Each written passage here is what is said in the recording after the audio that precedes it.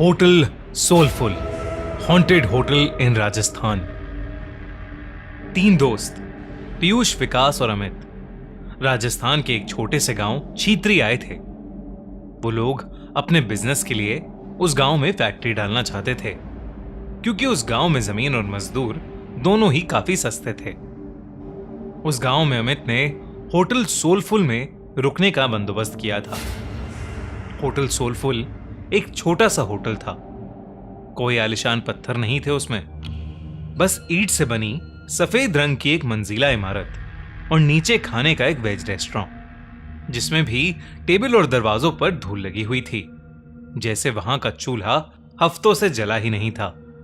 जैसे ही वो लोग होटल पहुंचे तो उन्होंने देखा कि वहां कोई स्टाफ ही नहीं था। बस वॉचमैन के नाम पर एक बूढ़े से चाचा बैठे थे जो अपनी बीड़ी पी रहे थे। पीयूष और विकास दोनों ही अमित को डांटने लगे, क्योंकि होटल बुक करने की जिम्मेदारी अमित की थी और वो होटल एकदम 3rd क्लास लग रहा था।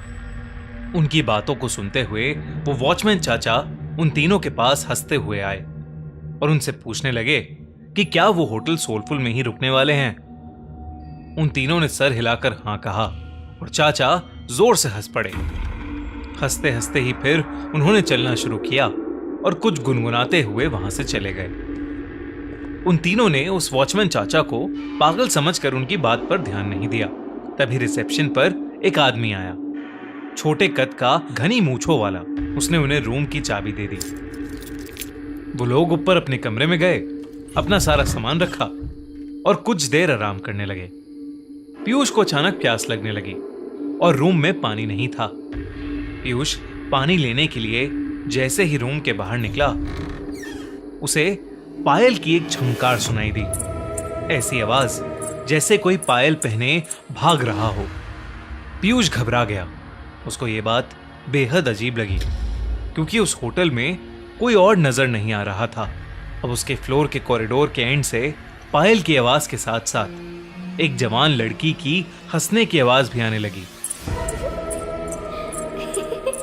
पीयूष उस आवाज के पीछे जाने लगा कि तभी उसके कंधे पर किसी ने हाथ रखा और पीयूष चीख पड़ा। पीछे रिसेप्शनिस्ट पानी लेकर खड़ा था। पीयूष ने अपनी बौखलाहट में उस रिसेप्शनिस्ट को डांटा और पानी लेकर वापस अपने रूम में चला गया। देर रात विकास रूम के बाहर होटल की बालकनी में खड़ा अपनी गर्लफ्रेंड से बात कर रहा था। उस बालकनी से हाईवे का लंबा रास्ता साफ दिखाई देता था। अचानक उस रास्ते पर एक एक्सीडेंट होता हुआ दिखा। विकास चौंक गया। वो नीचे दौड़ लगाने के लिए जैसे ही मुड़ा तो उसके पीछे सफेद कुर्ते में एक बूढ़ा आदमी खड़ा था। उस आदमी की लंबी सी सफेद दाढ़ी थी और मुंह पर ढेर सारी झुर्रियां थीं। विकास उस आदमी को देखकर घबरा गया था, क्योंकि वो आदमी सिर्फ हाईवे की ओर देखकर मुस्कुरा रहा था। फिर अचानक से उसने विकास को देखा और उसने हंसना बंद कर दिया। वो आदमी जैसे ही विकास की ओर बढ़ा, विकास डर कर अपने रूम में आ गया।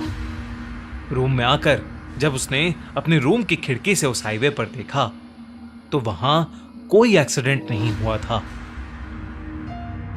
अगले दिन तीनों फैक्ट्री की साइट देखने के लिए निकले, लेकिन गाड़ी शुरू होकर थोड़ा आगे ही बढ़ी थी कि अचानक बंद पड़ गई। साइट जाने के लिए कोई बस या सवारी भी नहीं थी, तो उन तीनों ने रिसेप्शनिस्ट के कहने पर शहर से एक मैकेनिक को बुलाया। 3 घंटे बाद जब मैकेनिक आया तो उसने थोड़ी देर तक गाड़ी को देखने के बाद कहा कि गाड़ी को वर्कशॉप ले जाना होगा। वो तीनों मैकेनिक के साथ ही टो करने वाली गाड़ी में चले गए और साइट पर उतर गए। साइट देखते देखते शाम हो गई थी। उनको मैकेनिक का कॉल आया कि उनकी गाड़ी पूरी तरह से बिगड़ चुकी है और वो कब तक बनेगी कहां नहीं जा सकता। अब उन्होंने वापस जाने के लिए एक ट्रक वाले से बात की और उस ट्रक वाले को होटल पर खाना खिलाने का लालच दिया। लेकिन जब उन्होंने उस ट्रक वाले के सामने होटल सोलफुल का नाम लिया, तब वो ट्रक वाला बेहद घबरा गया। उस ट्रक वाले ने उन्हें बताया कि होटल सोलफुल में भूतों का बसेरा है। उसने कहा कि होटल सोलफुल एक कब्रिस्तान पर बनाया गया था। एक नहीं बल्कि 100 से भी ज्यादा भूत वहां रहते हैं और इसलिए वहां कोई भी नहीं जाता। पीयूष और विकास के साथ हुए हादसों ने उन्हें सोचने पर मजबूर तो किया, पर अमित भूत प्रेत और सुपर नेचुरल चीजों में नहीं मानता था। उसने ये बात रफा दफा कर दी और ट्रक ड्राइवर से कहा कि वो उन्हें होटल से थोड़ा दूर ही उतार दे।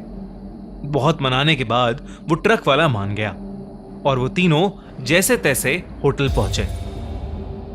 देर रात हो चुकी थी और तीनों कमरे में आराम कर रहे थे। अमित भी लेटे लेटे अपने फोन से खींची फोटोज देख रहा था, लेकिन अचानक वो उठकर बैठ गया। ऐसा लग रहा था जैसे उसके होश ही उड़ गए हों। उसकी तस्वीरों में उनके ही कमरे में कई सारे बच्चे दिखाई दे रहे थे। वो बच्चे शायद जो उस होटल में बसे भूत थे। अमित के हाथ पांव ठंडे पड़ गए। उसने पीयूष और विकास को जब फोटोज के बारे में बताया तो वो तीनों बहुत घबरा गए। वो उस होटल के रिसेप्शनिस्ट को ढूंढते हुए नीचे आए, लेकिन रिसेप्शनिस्ट का नामो निशान ही नहीं था। वहां उन्हें वो बूढ़े चाचा बैठे हुए मिले। उन्होंने ये सब उन बूढ़े चाचा को बताया तो उस बूढ़े चाचा ने हंसते हुए कहा कि जब वो होटल के अंदर आए थे तो 4 आत्माएं तो उनकी गाड़ी के ऊपर ही बैठी हुई थीं। उन्होंने बताया कि होटल सोलफुल में पिछले 18 सालों से भूतों का साया था। जब से यह होटल बना था तब से यहाँ के भूत होटल में आने वाले लोगों को जिंदा वापस नहीं जाने देते।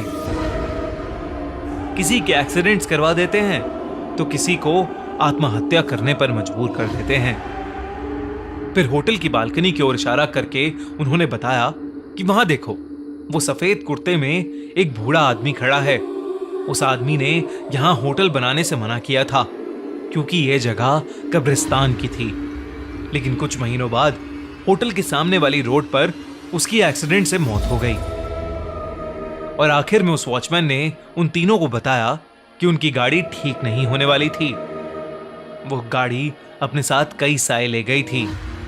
होटल में रहने वाले उन बच्चों की आत्माओं को वो गाड़ी पसंद आ गई थी और शायद इसलिए वो तीनों अब तक जिंदा भी थे। उस बूढ़े वॉचमैन ने उनसे अपनी जान बचाकर वहां से निकल जाने को कहा। ये सब बातें सुनकर उन तीनों के पसीने छूट गए। उन्होंने फैसला किया कि वो अभी की अभी होटल से निकल जाएंगे। वो तीनों अपना सामान लेकर निकल ही रहे थे कि तभी उन्हें वो रिसेप्शनिस्ट मिला। वो तीनों उसे धक्का मार के वहां से तेजी से भागे। हाईवे पर आकर वो लोग आगे जा रही गाड़ियों से लिफ्ट मांगने लगे, लेकिन कोई गाड़ी रुकने का नाम ही नहीं ले रही थी। तभी वो रिसेप्शनिस्ट उनके पास आया और हाफते हुए उनसे पूछा कि वो लोग भाग क्यों रहे थे। रिसेप्शनिस्ट उन्हें होटल में वापस अंदर आने के लिए कहने लगा और तब अचानक से हवा के झोंके से उसका मफलर उड़ गया और उन तीनों को उसके गले में फांसी के फंदे का निशान दिखाई दिया। उन तीनों के पैरों तले जमीन खिसक गई। वो समझ गए कि शायद यहां सभी मर चुके हैं और कोई भी जिंदा नहीं है। तीनों डर के मारे हाईवे के रास्ते पर भागने लगे। भागते भागते जब कुछ दूर तक पहुंच गए तो उन्होंने पीछे पलट कर देखा। हवा में कई सारे भूत उस होटल के चक्कर लगा रहे थे और रोड पर खड़े वो वॉचमैन और रिसेप्शनिस्ट उन्हें देखकर अजीब तरीके से मुस्कुरा रहे थे। चीत्री गांव के बारे में बात करने से आज भी वो तीनों बेहद घबराते हैं। उनकी जान तो बच गई, पर जिंदगी भर के लिए उनके मन में उस जगह का डर बैठ गया था।